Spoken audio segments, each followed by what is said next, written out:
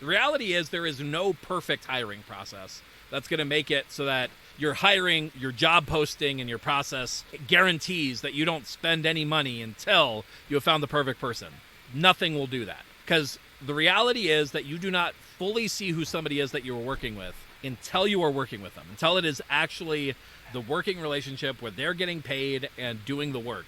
You don't really see who somebody is until that happens. And so our goal in the beginning process isn't to be positive that we've hired the perfect person. Our process is more about trying to whittle down the number of candidates to choose from based on meaningful obstacles that make it more likely that the candidates that we're choosing between are the best ones to consider of the bunch, but knowing that we won't really know who's best until we've hired somebody.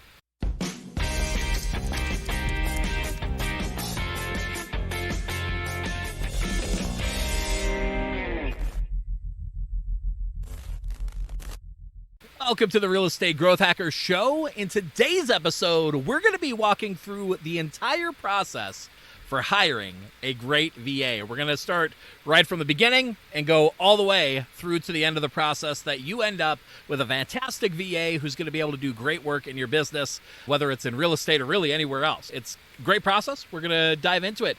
With me today, I have Charlie Madison, founder, developer, realtor, award-winning, what is it that you do again? Jiu-jitsu, right? That's true. I've won a medal or two in jiu-jitsu. So we got qualified person to be speaking here with us as well. Honestly, this is one of those areas in the Bible that talks about iron sharpening iron. This is very much Charlie and I feel like, come together on this. I've learned a lot from Charlie in terms of thinking through this process. I don't know if you've learned anything from me. Yeah, vice versa. I think that's fair to say. Like, we've perfected a very good process that works with us. I think that's the coolest thing. I've hired lots of headhunters, and what I've discovered is I'm a weird individual. I'm quirky, and it takes a certain skill set for someone else to work with me and for it to be like peanut butter and jelly. Right. And what's really cool about this process that both of us have really worked with is that we find really good workers that work with us. That really multiplies our productivity that like a headhunter just can't usually get. And honestly, I think that's a big part of this. To double down on that point, what sort of unlocked hiring, whether it's VAs, maybe a data entry or video editing or graphic design or really anything, what really unlocked for me actually having success with that process was being okay with the reality that I was hiring somebody that worked well with me as I am. Like, you go into this process almost feeling, maybe you do acknowledge some level of humility of saying, I have things to grow on. I could be a better communicator. I could do this better. And that's true. We all have things that you could grow, and you should work on those things. But here's the reality. You are who you are, and it is honestly easier to hire somebody who works well with you as you are than it is to completely change yourself in order to essentially meet people the other part of the way. Now, do keep working on that. Improve as a human.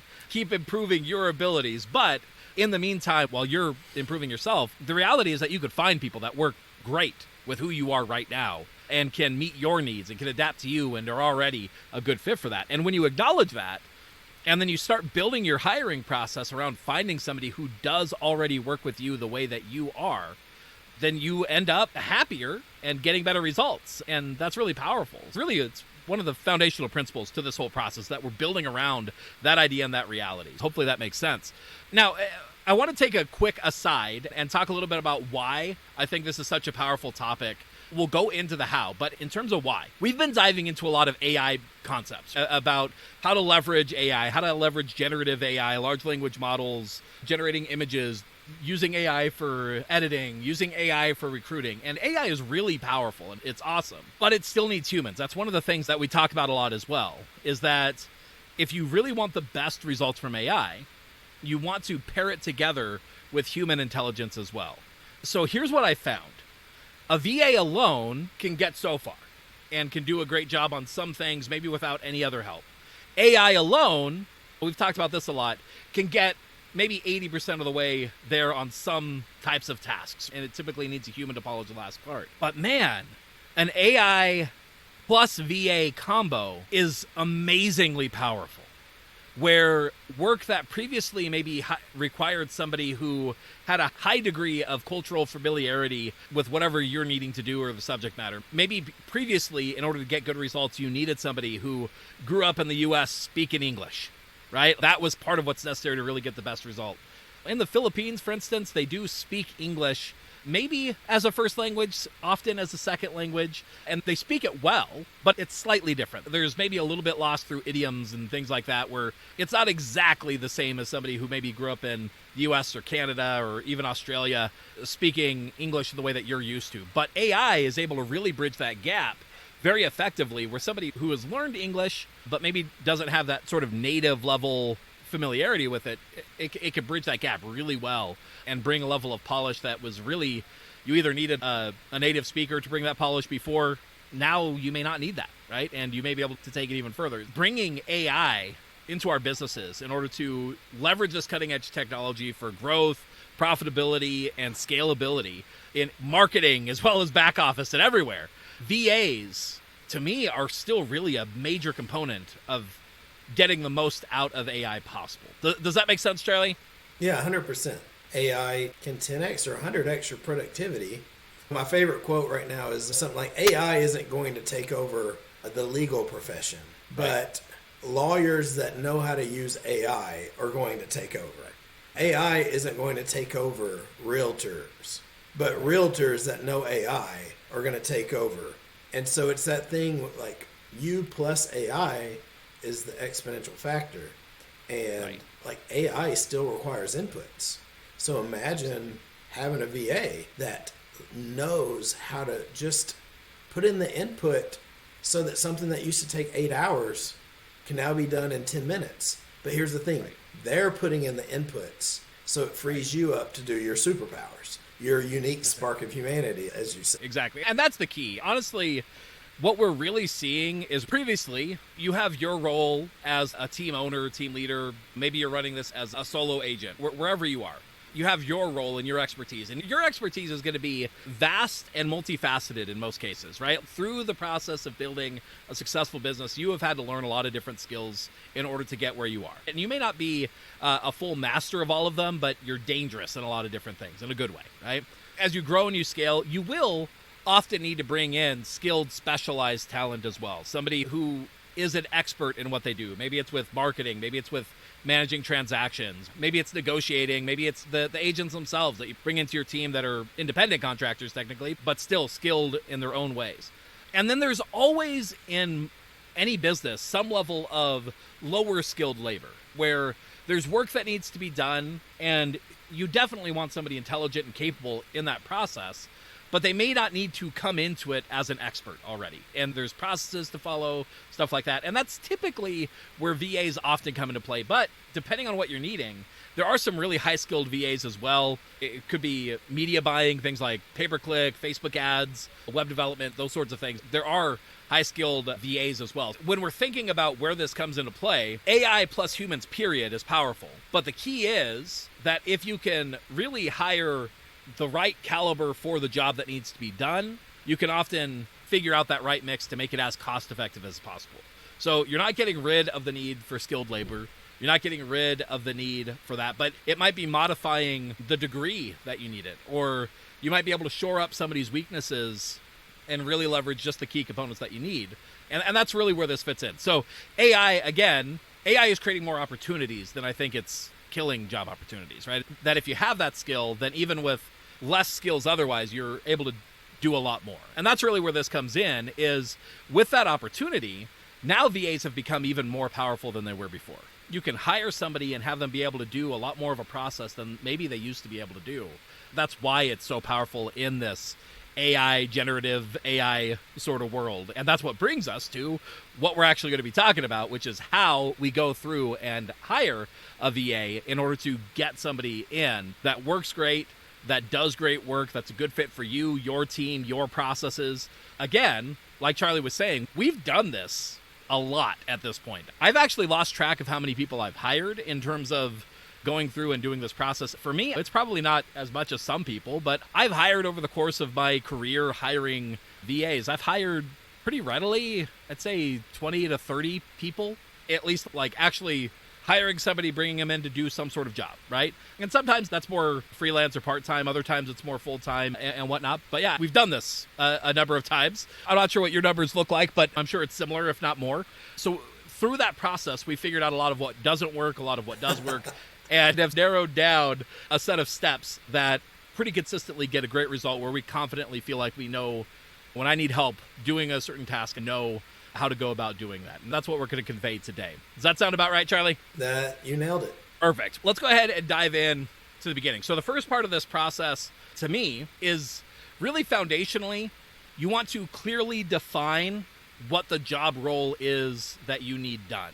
There's a few things to keep in mind, but one of the biggest ones, you pointed this out, you called it the one thing rule. You want to describe what you mean by the one thing rule? In general, I want to make sure they do one thing. But I'll give you some examples. My Facebook manager, he manages our ads. He really has one rule. His whole goal is to be great at managing Facebook ads. And that's a really technical thing. He can grab files and he can fill out a spreadsheet, but that's his number one role. And so when I hired, all that I cared about there was that. I've got a VA that her goal is to really help me systemize our operations. And she may do other things, but that's the goal. And so I had to make sure that she worked with the systems that we use and that she knew them well. I hire a lot of technical people. In real estate, I had a showing agent. He wasn't doing everything. All that he did was show homes. And those are some good examples that I've got. Yeah, and I think there's a couple of things that you mentioned there that's key. So the reality here is that you want to have clarity going into one of these hires. This is the thing that if they do this, it makes everything worthwhile, right? And you want to define that clearly. You want that to be reasonable. You want it to be something that feels like a person could do this and doesn't have to be superhuman to be able to do it, right? That this feels like a reasonable thing to expect of somebody. Now, it doesn't mean that's the only thing that you're ever going to have them do ever. You might bring on somebody and find that they have skills in multiple areas, or the one thing that you need them to do leaves them with some downtime, and you can leverage the downtime and have them work on some other things. But you want to have clarity on one thing that they need to do that makes the role successful and makes it worth you hiring them. Having clarity on that and defining that to one thing is really powerful. And we were talking about this before we turned on the recording, that if you come into this and you expect that you're going to hire somebody that simultaneously is a coder and a great designer, that person exists. I can just about guarantee it. That person does exist.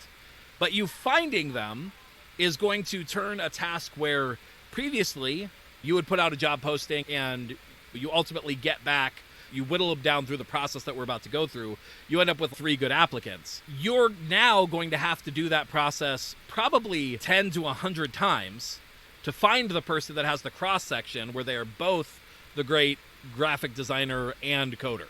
Where now you've taken a process, you've made it 10 to 100 times as hard to find that person. You can go through that process to find them if you want to do that. But honestly, it's going to take you drastically more work, and you're still likely going to have to pay them about the same as you would to just find 2 people anyway.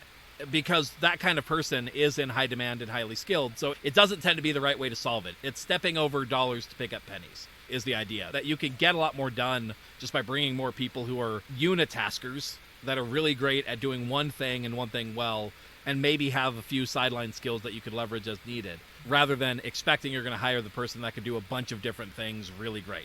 Now, you do sometimes end up hiring somebody, and you're surprised by a bonus skill. And that's great. When you find that, leverage, that's awesome. But trying to hire that person right off the bat, it just makes the hiring process a lot harder. Does that make sense? Yeah, 100%. That person exists that can do everything, but they're going to be in demand, and you're going to pay 2 or 3 times more than if you just had some specialists. And, you know, what I found usually, like if I'm hiring a programmer, I just need a little bit of graphic design. If I'm hiring a graphic designer, I just need a little bit of programming. So I don't need someone that's good at full time. And I've noticed for me, anytime that I'm tempted to hire someone that just does it all, sometimes that's just a really good warning. Am I trying to get out of this business altogether? Am I trying to get out of this project? Like, I want someone else to handle it so I can do something else. Yeah, it's a big red flag that maybe you're not, like, the problem is that you don't like what you do and not that you're actually hiring somebody to run a process that's proven, right? That's ultimately what you want to do. Perfect. Okay, so we got our first step is clearly defining the job role.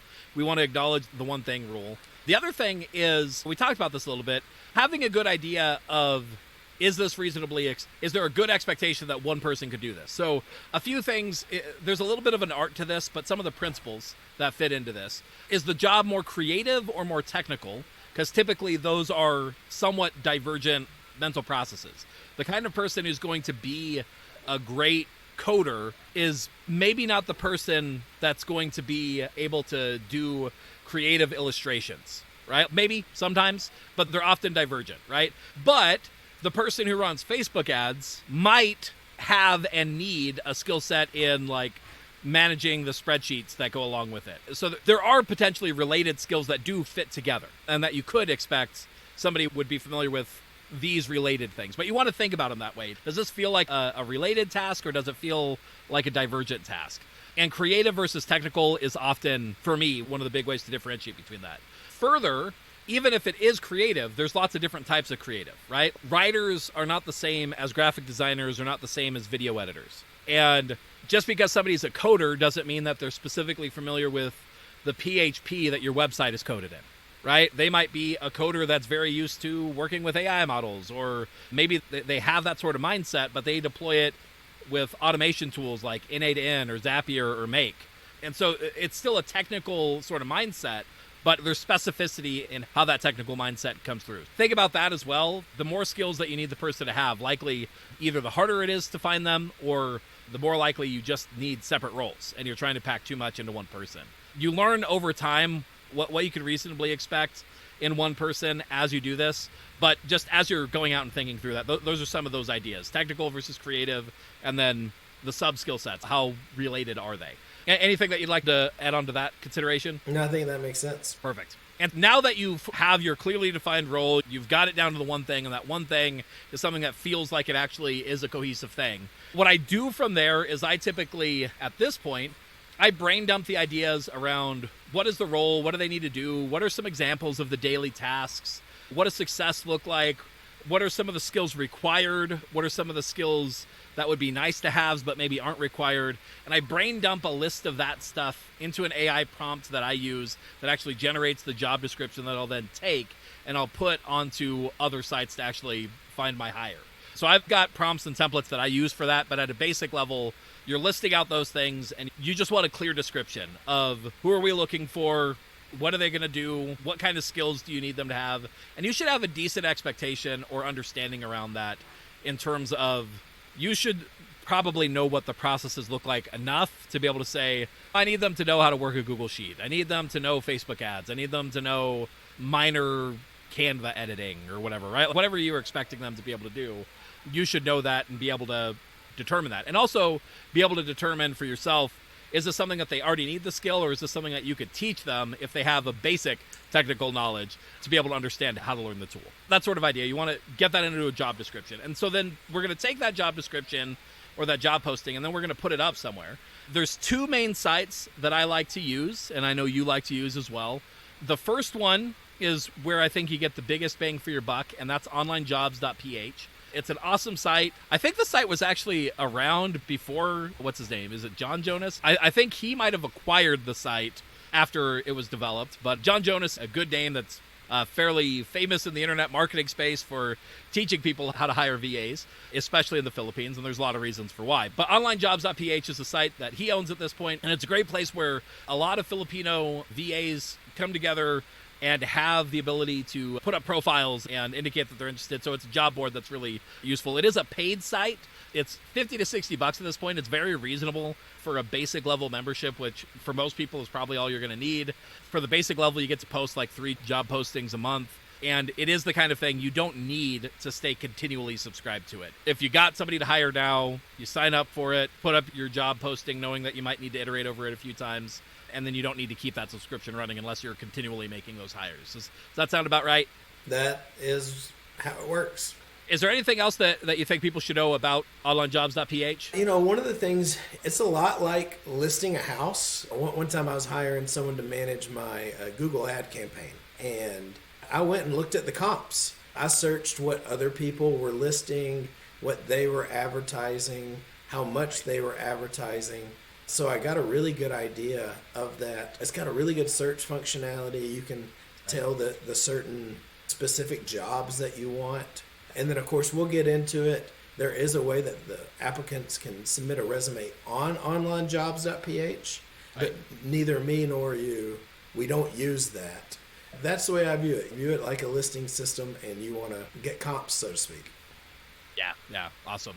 One of the other principles that I'd point out about online jobs is I very rarely am going to go to online jobs unless I know that I'm hiring a consistent role for my company. So it may not always be full-time. It's typically full-time or something that I think could have full-time potential, even if maybe their one thing isn't full-time, but I feel like I have enough that I could bring somebody to do full-time work.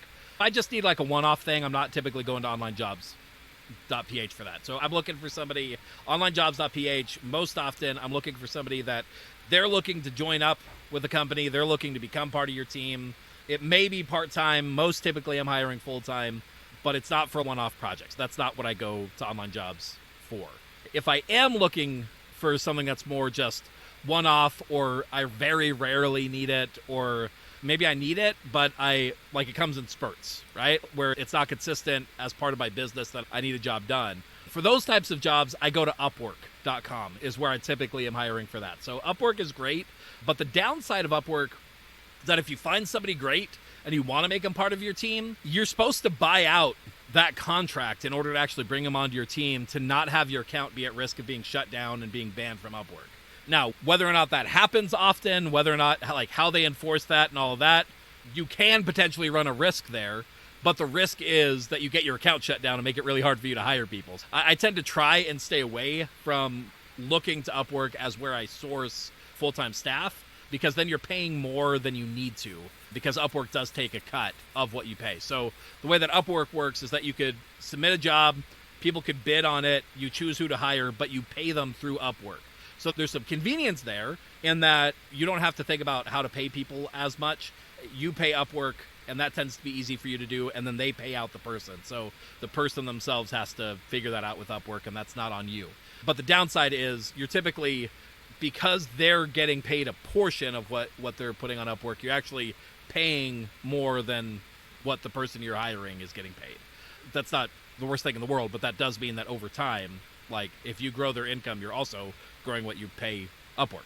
And so it works really great. For me, I've used it for things like graphic design. Actually, right now, like my bookkeeper, I use through Upwork, and I found them through there. Really, when I need help with something and I don't think it's going to be somebody who's continually a part of my team, or it's something that I really don't see a way that I need them full time, if that makes sense, that's what I typically look to Upwork for. But that's some of the downsides there as well. Otherwise, it's most often really a similar process for how I hire people through either, which is you post the job, and then we have some specific strategies for how we get success from there. But yeah, so that's the idea. You had mentioned, just as a comparison, one of the other things that's nice about Upwork, you don't have to have as much clarity around what you expect to pay. It's good to have some level of an idea going into it, do a little bit of research and figure out what's reasonable. But people will bid on the job, so you might be surprised with what people bid, and then you take them through the process to actually determine who's going to be a good fit, rather than specifically the price. Whereas onlinejobs.ph, you do have to come armed,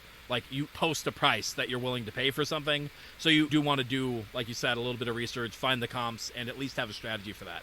Now, just so that people have some idea on this, when it comes to price, you actually have a little bit of a strategy for like how you think about where your price point should be and what to expect. Can you walk through that as an example for how you could test the price a bit? Yeah, so the first thing, knowing like $3 to $4 an hour is a really good salary in the Philippines. Right. That's a good job.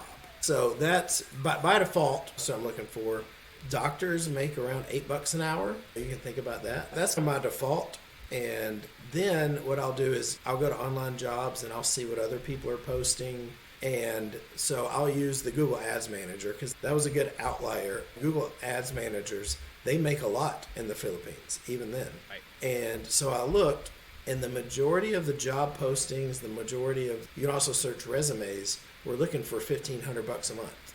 And so I started out with my close to $2 to $3 a day. I think I started at $400 a month, and I got 0 responses. And then I doubled it. So I got to $800 a month. And I got a couple responses, one really good one. And he said, hey, look, my goal is that in 90 days or so, when I prove myself and you're starting to make a lot of money, that I get a raise too.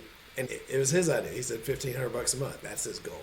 And so you got 3 job posts a month that you can do.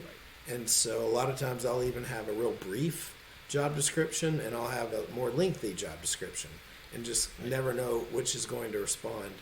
That's how I start, and just know I can start low and go up higher. Yeah, and that makes sense. And so what you mentioned, so if the norm is 1,500, you started at 400 to see what kind of results you get, because it's worth testing. You might find an outlier where people are posting higher than is expected, and you might be able to find an outlier down low. But you could zero in on that right price and test the waters to see what you're getting, and then adjust up or down depending on either the quality or the quantity of candidates that you're getting. And so that's what you were able to see. So 400, no bites. 800, you got one great bite, but they knew going into it that they would ultimately want to go up in price.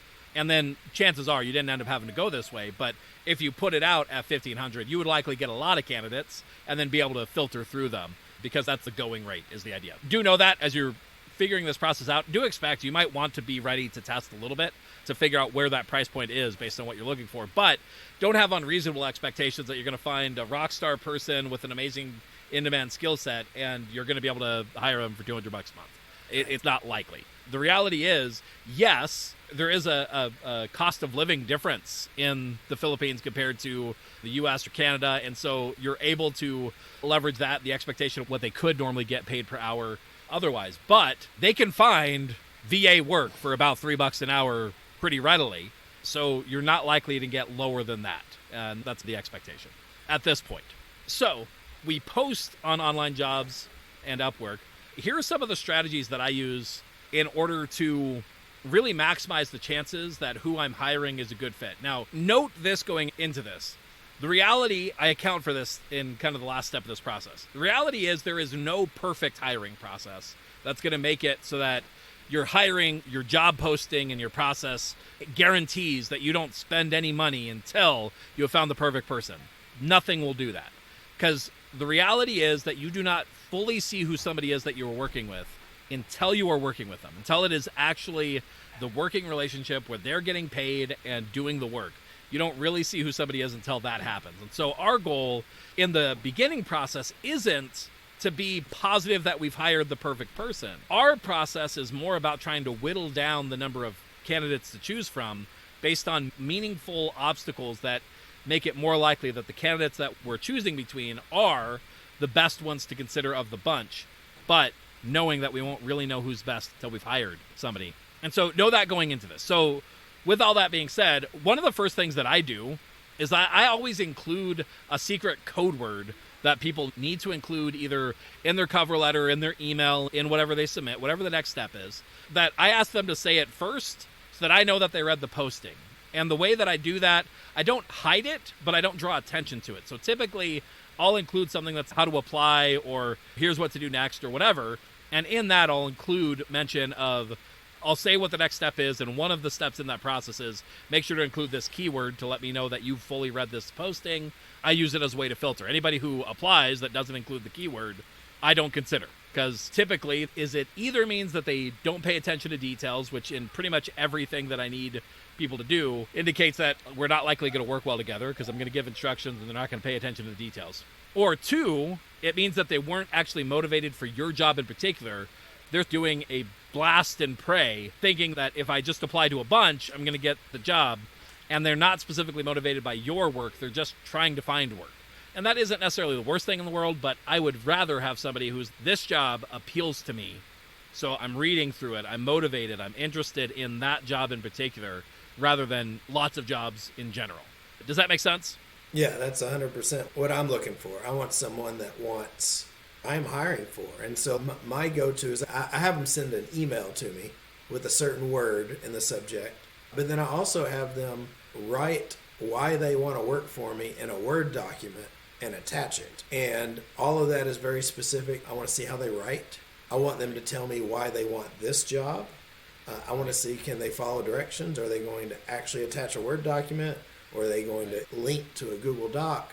And I actually tell them, I don't want your resume, because the resume means nothing. And what I've found is probably 5 to 10% of people, so 5 to 10 out of 100 will actually do those, which is amazing, because I only want the 5 to 10 that actually will do those. Yeah, and that's the key. Honestly, really what we've figured out in this process is that our goal is to make it that it's as easy as possible for us to consider people by having the process get us down to just a handful of people that you could sit down, you could review what they've sent you, and feel confident they followed the directions. If they got to this point, now I can actually do the assessment rather than trying to sit down and go through 100 applicants and figure out what differentiates them. I want to make that easy. So, you didn't do the code word? Great. You're easily off the table, right?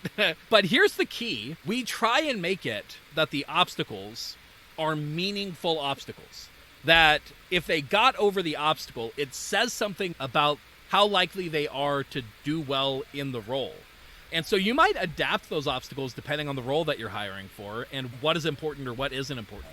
For me and for you, the code word is almost always important because it indicates either an attention to detail or a motivation for that job in particular. But I've adapted what I expect people to do. If I expect that I'm going to be having lots of conversations with somebody, I'll have them record a video saying why they want the job. Because I want to see a little bit about how they show up for something like that. What do they do? How do they record the video? That sort of idea, as opposed to writing. Because maybe I don't need them to write as much as I need them to be personable in how we're going to interact, because we're going to interact a lot, right? Maybe that's what matters more. Or maybe I'm not going to interact with them almost at all, and so I don't leverage a video because that doesn't matter, right? And so that's the key there is you give them some sort of next step of what they do. For you, you've mentioned you have them send an email, attach the document. Other things that I've had people do, I've used Google Forms a lot too, so I'll link to a Google form and I'll say fill out the Google form. And I don't tend to have a lot of information there, but it makes it easier for me to collaborate with somebody else on my team where we have a centralized list of who's applied and I can go through it together rather than having it just show up in my email. And in the Google form, I'll have their name, email. I might have a spot where they upload their resume. I might not. One of the things that I've done a lot, though, is I want them to have familiarity with Google Docs if possible. And so what I have them do is I'll ask them, share a link to a Google Doc where you've written why you want the job and make sure it's viewable by anybody. Because that does take a specific technical knowledge of either knowing to Google, how do I share this so that this person can actually read it? That immediately is I go into the document. If I have to request access, they didn't share it correctly. So they weren't paying attention to that detail. And that makes a difference for whether or not I consider them, especially if I've got 20 people that put in the document, but only 3 people made it so that I could view it without requesting access, then those 3 people are setting themselves apart, right? So I've done that. I've had people do some sort of screen recording. I've had people do videos. It really depends on the role for what I do. But the key idea is that you have them do some sort of meaningful obstacle. And this is one of those areas where you don't have to have it figured out perfectly going into it. You always have at least one step where it's they do this thing to even be considered. You might add more obstacles along the path depending on how many candidates you get. So for me, I'm ideally looking to actively consider 3 to 4 to 5 people who I feel like all could be good fits, right? That's what I want to get my list down to. And so if after the first step, if I've got 20, then I'm going to set up some sort of other obstacle, right? Again, I try and make it meaningful. So it might be that they book a time on my calendar for an interview, but I'm having them do it in a specific way or via a specific process. If they don't do it that way, the interview's either canceled or it doesn't matter. For instance, I hired somebody whose job it was to actually badger me to get on calls so that we would work together, because that's part of what I wanted them to do as an assistant. I've got a task that we need to do. We're going to work together. I want you to be there to hold me accountable. And part of the skill that I was testing for is if I give you permission to be annoying to me, do you do it? If I define that this is what you need to be willing to do, anybody who didn't do the process, I was like, okay, this isn't going to work. That makes you uncomfortable enough that you're not going to do it. And so it's not going to be a good fit because I need the person who I hired to be willing to do this. And so I was able to test for that literally just by having them book the interview. And so that's really a key part of the process. When you're looking at these meaningful obstacles, make them meaningful, make them matter to the role. Know, going back to that foundational idea, know what that one thing is that you need them to do, and then try and devise your obstacles around that. I thought, so the details on that, I think people need to know. You had them book a call, and then you were not going to show up. Yep, and they had a process to reach out to you. They were going to text you, call you. The boss battle, so to speak, the final thing was they had to call your wife and say, text her, and say, is Zach around? And only one did it, right? I think I actually had 2 people do it. I think I had 2 people do that ultimately. I thought it was ludicrous. That just seems way overboard. But it was exactly what you needed. Like, it was personal for you. Right. For my Facebook ads manager, I didn't want to give them access to my Facebook ads, but I wanted to know if they were comfortable with it. So what I had them do, I gave them some example ads, and I said, I want you to record your screen, you creating these ads. And what ended up happening is a number of people, it was taking them 30 minutes because they weren't familiar with the interface. But who I hired, what I found out, the people that really knew what they're doing could get it done in 5 to 7. Because what I was looking for, are you an expert at this? Are you familiar with it already? And so it's a matter of just, you want to see, will they actually do the job? Exactly. And that's the key. So this is one of those areas where there's a little bit of an art to it. And what I found is I didn't have clarity on exactly what I should have somebody do until I talked to my mastermind about it and said they were able to give me feedback, knowing, for me, part of what was important was hiring somebody who would readily be able to meet and would readily be able to hold me accountable to that. And so in discussing that with them, I got clarity on it. So that might be what you need to do. You might need to find somebody that you trust, find somebody that knows what you're hiring for, and have a discussion to think through, what do I need to test for? What would be a meaningful test? And come up with ideas, and you might need to be creative on that. It might not be as obvious. Corporate America, I think, typically tries to go back to what school did they go to, what degree do they have, or what other jobs have they had. I don't care about any of that. I care about the actual end result. I care about, do they have the skill? Can they do the job? And that's what I want to test for, because all the other stuff is meaningless. It's trying to be a shortcut to what you actually care about, which is, can they do the job? And so in my meaningful tasks, I try and get it as close to what is the work that they're going to be doing and how can I test that as possible. Go ahead. I think part of that is having the courage to actually be honest with what I want. It's really a custom job description for what I need in my business. And I use the word courage because it's not one of those things where I can pluck out from someone else what I want. I've got to be honest with my strengths, my weaknesses, like what I actually need. One of my things is, hey, you've got to be really good working without talking to me for 4 or 5 days at a time. We're going to talk once a week for an hour. We may talk more, but you got to be okay with that. And I had to have the courage to be like, look at who I really am. And this is who works with me. And what's interesting is that's exactly the opposite of what I hired for. I hired for somebody that I wanted them to be so ready to talk to me that they're willing to hound my wife in order to do so, right? Yeah. So, but because we were both really clear around who we needed and why we needed them and could hire for that. I learned the same thing when I was hiring designers. I realized I hired one designer and their work was good. They were able to output stuff well, but trying to get back what I needed from them took so many rounds of, they needed me to be so clear and so exact in what they were going to produce for me. I was like, I could design this myself in the time that it takes just to describe this to you. And so I realized, I don't just need a good designer. When I show up with a loose concept, they are excited about being creative to fill in the gaps. They're excited about being able to come up with a vision that I could say, here's some ideas that I have kicking around. Here's the basic idea. Here's the concept. Maybe here's a few things for inspiration. I want you to come up with your best idea based on these loose concepts. And I want you to give me 2 or 3 visions for what this could look like. When I realized that, I found that person, and quite honestly, I've been working with them for over 10 years at this point, because it was such a perfect match for who I am and how I need to work with somebody, that as soon as I found it, I was like, this is perfect. This is exactly what I needed. But I wouldn't have known that had I not had the experience of working with somebody who was the exact wrong fit. So know that this isn't exactly part of this hiring process, but know that going into it, this is technically the last step in what we described. You may need to go through a few people as you learn what does and doesn't work for you. So do your best trying to hire somebody and try and come up with meaningful obstacles to hire the right person. But sometimes the way that you find the courage that Charlie mentioned is that you look at a hire that you just did and you see that it's not working, and you get honest with yourself about why. Like, what is it that doesn't seem to be working?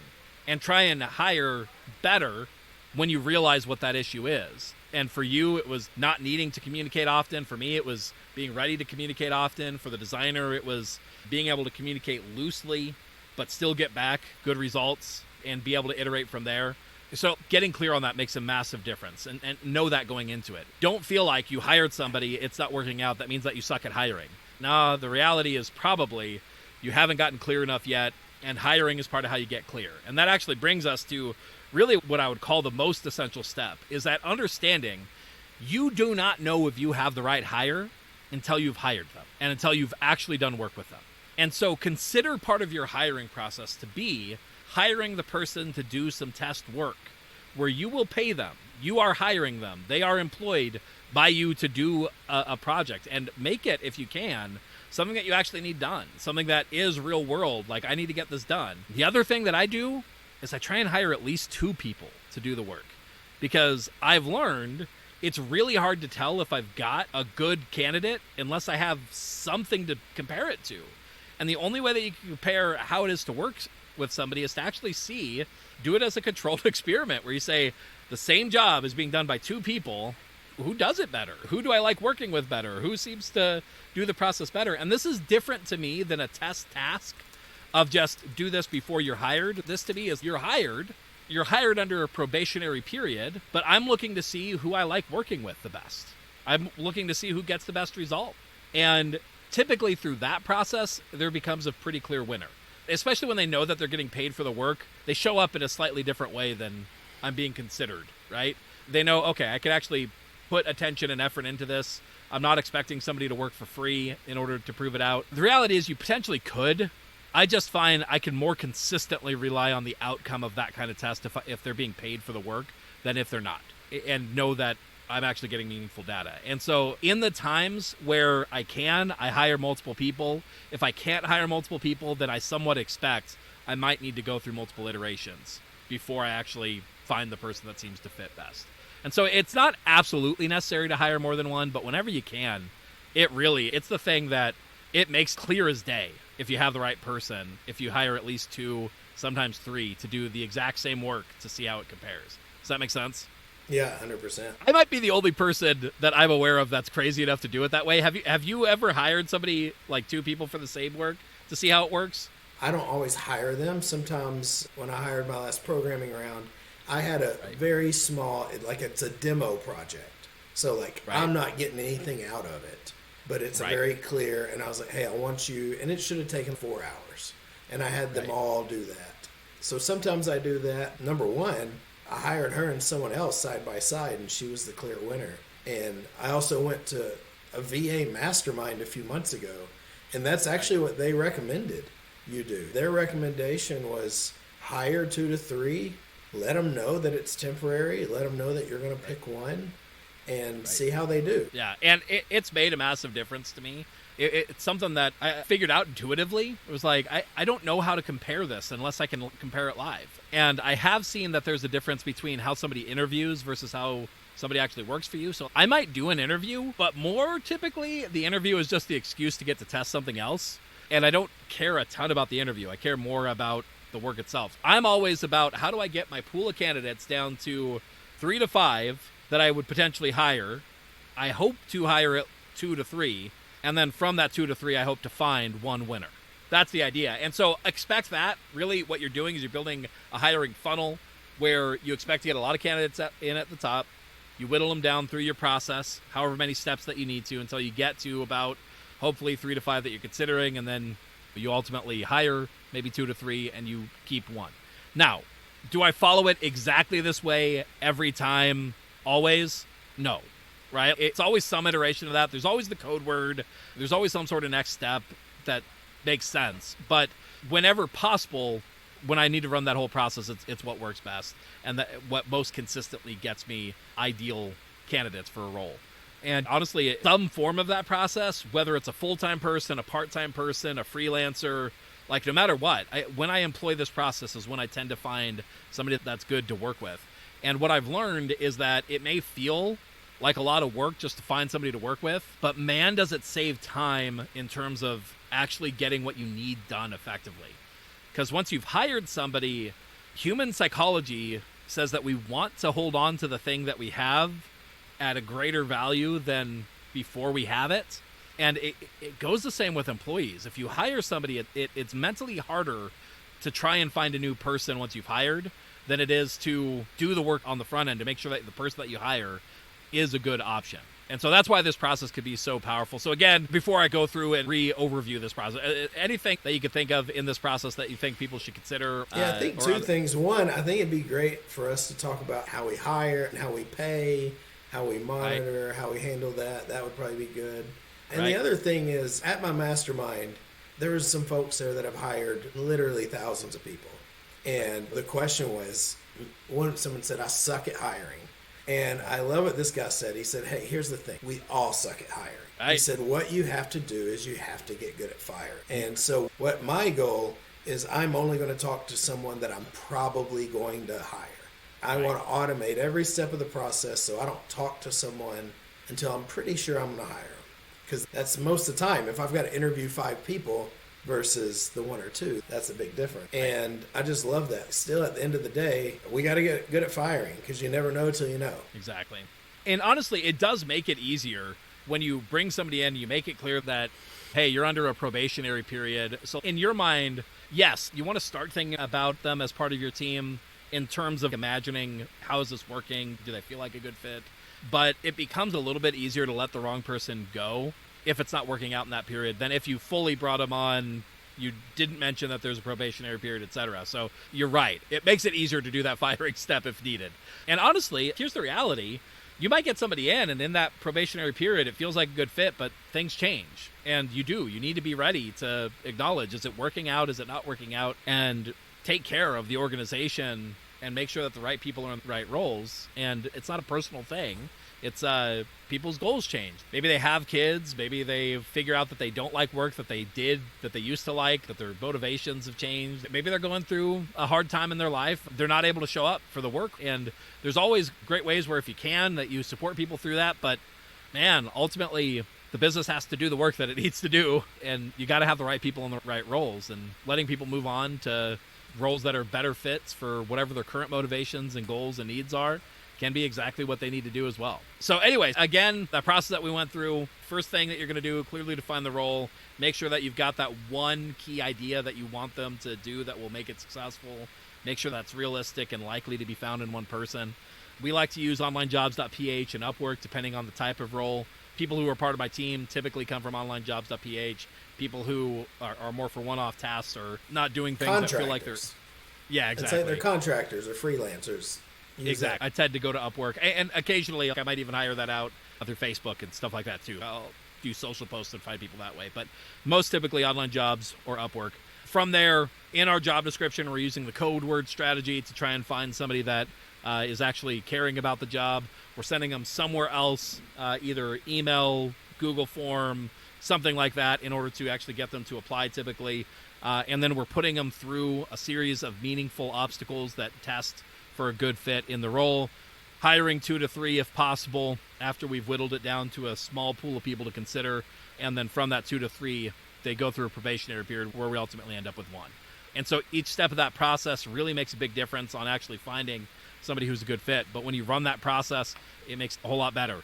For all of this stuff, you and I both, we went over in pretty high level of depth what this process looks like, but things that we didn't share templates, we didn't share the actual prompts that I use for some of this stuff, we didn't share the exact examples of what we've done with Google Forms and how we write out the emails and job descriptions and all that sort of stuff. Chances are you and I are going to be coming out with more information around this. There's likely going to be a couple of ways to get access to that. One, make sure that you are on either mine or Charlie's email list or both, where you're aware of when we come out with that information. Let us know if you are interested in more in-depth information and direct step-by-step processes, templates, and checklists around this. Let us know that you want us to come up with that.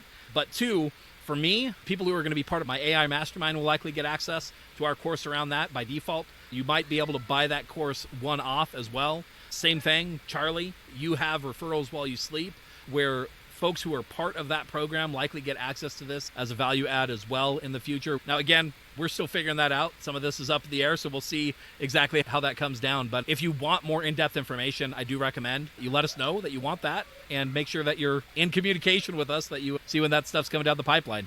Any other thoughts or final thoughts on that, Charlie? If you got questions on what it takes to hire a VA, we'd love to know your questions. Send them to us, because there's a good chance we can put that in our resources. Indeed. There you go. So yeah, feel free, reach out. Again, referralswhileyouSleep.com or realestategrowthhackers.com/RWYS if you want to let them know that you came from this show, or go to realestategrowthhackers.com and reach out via our contact page in order to let us know any of those questions as well. Charlie, hopefully people found value in this. I know this process has made a massive difference in my business of being able to bring people.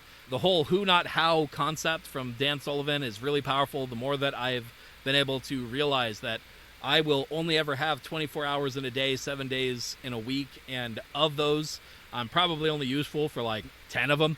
And so I've got to tap into building something bigger than myself and do what I'm good at, bring on people for other parts, and scale from there. So VAs, hiring great VAs, powerful process in here. So thanks so much for your information and your wisdom, both on this episode as well as in general. And yeah, any final words, or are we good there? Yeah, I feel good. Perfect. There you go. That's the Real Estate Growth Hacker Show for today. Until next time, we'll catch you on the next one. Thanks for tuning in to the Real Estate Growth Hacker Show. Remember, done is better than perfect. To turn the marketing ideas and tactics you just learned into real growth for your real estate business, visit us at realestategrowthhackers.com. If you like this episode, consider sharing it with another real estate professional who could benefit from the information, or maybe you'd like to subscribe to the show to never miss an episode. And you can leave a rating or review on iTunes with your biggest takeaway, helping this show to reach and help more people just like you. Thanks again, and we'll see you on the next episode.